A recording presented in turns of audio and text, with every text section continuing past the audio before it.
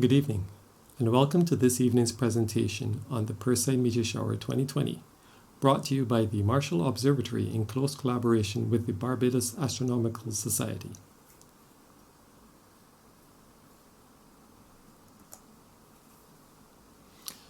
So, what is a meteor shower? Well, to get a clear understanding of what meteor showers are, we must first understand what are meteors. Now, meteors are actually bits of debris called meteoroids that burn up in the Earth's atmosphere.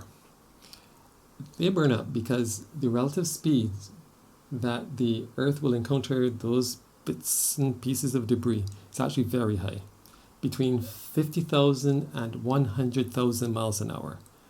And at those speeds, when those particles encounter the Earth's atmosphere, friction between the particles and air in the atmosphere heats up those particles immensely and causes them to burn up and disintegrate. Now, where do those particles come from? Generally, for meteor showers, comets are the major contributing factors.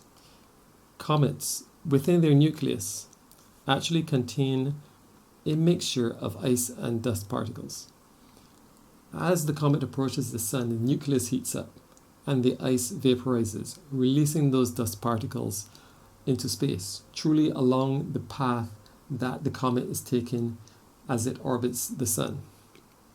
So you could appreciate, and it's actually pictured here, that you can have quite a dense accumulation of particles just along the path that the comet takes around the sun.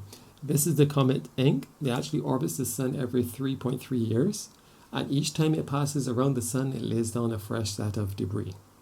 And that, over a period of time, of course, contributes to the degeneration of the nucleus of the comet. But for as long as it is there and it is orbiting the sun, it will lay down a fresh set of debris.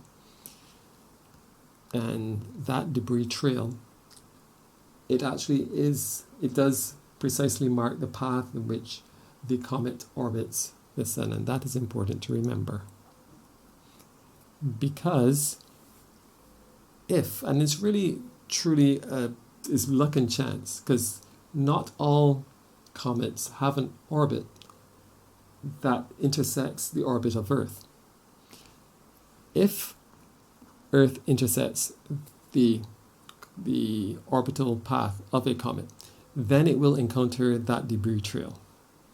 And as the Earth passes through that debris trail, you will get your meteor shower. So appreciate that meteor shower, therefore, is just that period of time when the Earth passes through that dense set of particles, and they all burn up in the Earth's atmosphere. And it generally happens over a period of weeks, really, because the Earth gradually moves through that dust trail, and it moves from areas where the dust trail is less dense through the densest part, at which point in time we say that the meteor shower is peaking, and eventually the Earth will gradually leave that cometary dust trail, and the number of meteors that you see in a given period of time will gradually diminish. The parent comet of the Perseid meteor shower is Comet Swift-Tuttle, and it orbits every 122 years. So, it is still orbiting, and therefore it is still laying down a fresh set of debris.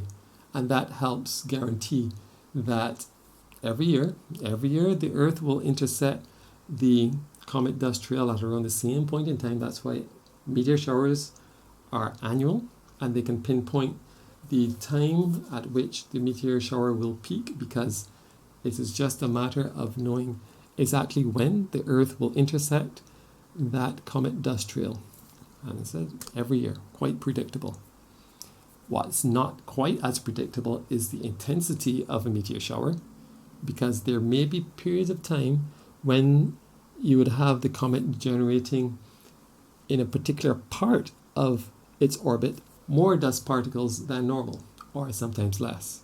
So that's why for the Perseid meteor shower, we say that the peak hourly rate of meteors for the shower is between 50 to 70 meteors per hour, because it really also gives an indication of the level of density, the number of particles that the Earth is expected to encounter as it crosses the dust trail. So, the other question that you hear often is, why are these meteor showers given names? Well, we have the Perseid meteor shower happening now, and that it's a result of the fact that when the Earth passes through that comet dust trail, the meteors appear to radiate from a relatively small region of the sky. That region of the sky is called the radiant point. Where that radiant point is located, the constellation in which that radiant point is located, is the name given to the meteor shower. So in this case, the radiant point lies in the constellation Perseids, and hence the Perseid meteor shower. Now, the question is also asked, what do you expect to see? If I'm going out looking for a meteor shower, what should I reasonably expect to see? Well, meteor showers, the meteors associated with meteor showers can actually happen at any point in the sky. I said they appear to radiate from a given point, but at any part of the sky you can reasonably expect on a random basis to see a meteor associated with a meteor shower. Now, the meteors that appear closer to the radiant point actually look a little shorter, and sometimes they can actually become significantly shorter than the meteors for that same meteor shower that appear closer to the horizon. And that is really just a matter of perspective, because the angle at which you see the meteor entering the atmosphere when the meteor is burning in the atmosphere closer to the radiant point, that angle is more narrow, so the tail looks much shorter than the meteor when it's burning up. Another meteor when it's burning up closer to the horizon, you have a much wider angle. It's long. It's more. Our view is more perpendicular to the path that the meteor is taking as it's burning up in the atmosphere. So the trail tends to be much longer. As I said before, the Perseids actually have a peak hourly rate of 50 to 70 meteors per hour. So with luck and with perfect atmospheric conditions, dark skies, no clouds, you can reasonably expect to see around a meteor a minute. Right? And as I said before, meteors can happen at any point in the sky, so you may actually miss the one that might have happened during that minute, but you just keep your eyes open and be patient. You are guaranteed to see a fair set of meteors with this meteor shower. For this meteor shower too, we do have a little catch. Right now, the moon is in its waning quarter phase, which means that it will be rising at around midnight. I remember what I said earlier, when you have clear, dark skies, then you're guaranteed to see the maximum number of meteors.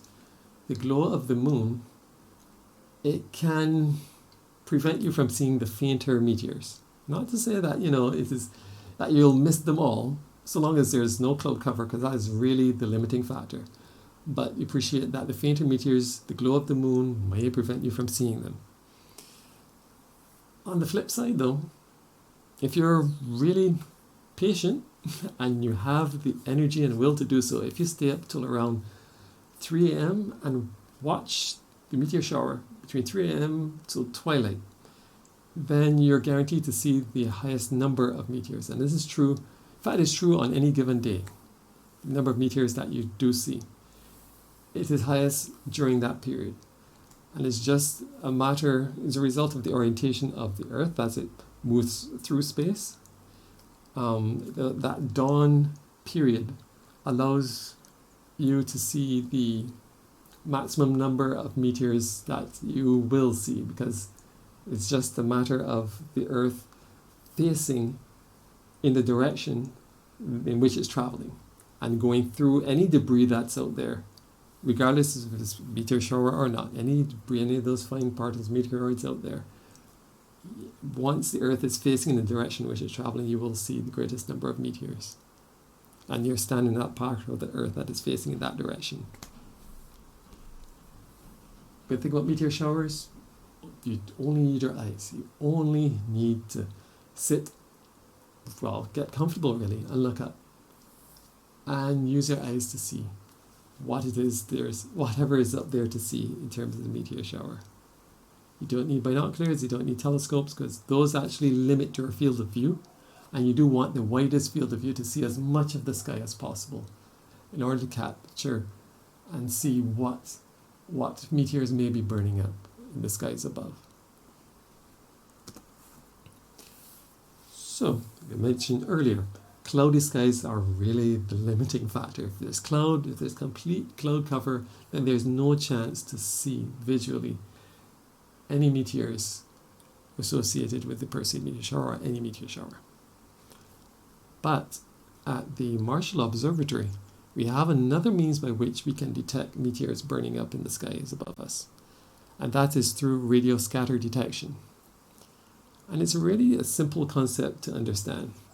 Once you appreciate the fact that those fast-moving meteoroids, that once they burn up the atmosphere, form meteors, as they move through the atmosphere and generating the meteor trail, that meteor trail also consists of ionized particles. Those ions actually are very good reflectors of radio waves. In addition to being that bright streak of light, they're also really good reflectors of those radio waves, as I said, and it also then allows you to detect signals from very distant transmitters. All you really have to do is to tune in, or if you know the frequency of that distant transmitter, and normally you would not be able to detect that transmitter because it's over the horizon and out of line of sight, but because the signals, when they go up into the upper atmosphere, normally they would just pass through the upper atmosphere and go off into space. But if you have a meteor burning up at that point in time, for a very short period, you have a reflector up there, something that will bounce that signal back to you. You just have to be able to receive it. And that is what we have set up here at the Marshall Observatory. There are some great advantages with using radio scatter detection. One of the key ones is that, like I said, it's not affected by the weather and cloud cover. Daytime, nighttime, it'll always be able to detect meteors. In fact, there are actually around a dozen or so meteor showers that happen during the day. One of the main ones, in fact, it is the meteor shower that happens during the day that actually has the highest hourly rate of meteors, the Arctic meteor shower. Between 60 and 100 meteors per hour actually burn up in the atmosphere during the day and would go otherwise undetected, save and except for that ability to detect them using radio scatter detection. And radio scatter detection can detect many more meteors than you can see with the naked eye. So it is actually a very good indicator of meteor activity. So much so that on any given night, if you monitor the meteor scatter detection display, then you can see the rate at which meteors are burning up. If you are monitoring and you see that there is heightened activity, it's an indicator that you should get up and go outside and see what is happening, because chances are there are many more meteors burning up that you can see. And the meteor scatter detector is that system too that makes you aware of that fact. Alas, with everything though, where there are advantages, chances are there are disadvantages. Now, I mentioned earlier that the meteors associated with a meteor shower, they all appear to radiate from the radiant point. When you look at a meteor burning up, you can trace back, given the direction that the meteor is traveling as it's burning up, you can trace back to see if it is in line with the radiant point. So you know that if, for example, for the Perseids, the meteor burns up and you can trace a line back towards the radiant point in Perseus, you know for sure it is a Perseid meteor. You really can't do that for the radio scatter detection approach. All you really can see, and the screenshot here is an example of a meteor that was burning up in the atmosphere above. All you really can see is the signal. Really, what this is the signal The colours indicate the intensity of the signal. The time chart on the left indicates duration, so you can see that this meteor, the trail persisted for around and about 12 seconds and was there reflecting the distant radio signal for that 12-second duration. It probably was a pretty significant meteor too, based on that information that's displayed there. But I cannot tell if this was a Perseid or some other sporadic meteor. Like I said, there's always a catch. Nevertheless, at the Marshall Observatory this evening, we'll be doing our best to monitor the meteor activity associated with the Perseid meteor shower using both a sky camera, actually capturing the visual views of the sky and whatever meteors that might be burning up above, in addition to the radio scatter detector. The output, whether it be the feed from the live cam or the screen captures from the radio scatter detector, will be streamed online to the Marshall Observatory's Facebook page. And, well, for equivalent periods, radio scatter detector will be online from 10 p.m. August 11th to 6 a.m. August 12th. The sky camera will be online as weather permits. Weather forecast is a little dicey for tonight, but as far as possible, we'll keep it active between 10 p.m. tonight and 6 a.m. tomorrow morning. So, with that, I just wish all of you out there who hope to take in the activity related to the meteor activity, the meteors burning up tonight with this meteor shower, wish you clear skies. And best of luck and happy meteor watching. Have a good night.